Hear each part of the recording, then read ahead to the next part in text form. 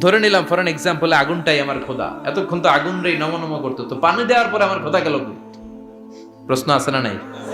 দেখেন কিভাবে intellect, rational, সৃজনশীলতার বুদ্ধিমত্তাকে তিনি কাজে লাগিয়েছেন। খেয়াল করেন, আমরা চিন্তা না করে সিলে কান নিচে শুনে দৌড়, আছে না নাই?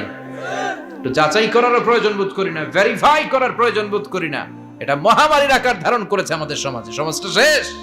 উনি দেখতেন আশেপাশে চলে মাছের পূজা, আমরা আজান দেখি, মসজিদ দেখি, তাফসির মাহফিল দেখি, উনি দেখেছেন মাছের পূজা।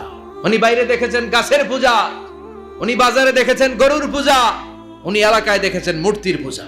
কিন্তু একটা তো ওনার মন বসে না, উনি দেখেন লোকজন আগুনের পূজা করে, আবার পূজা শেষ আগুনের মধ্যে পানি ঢেলে দিলে আগুন নিভে যায়।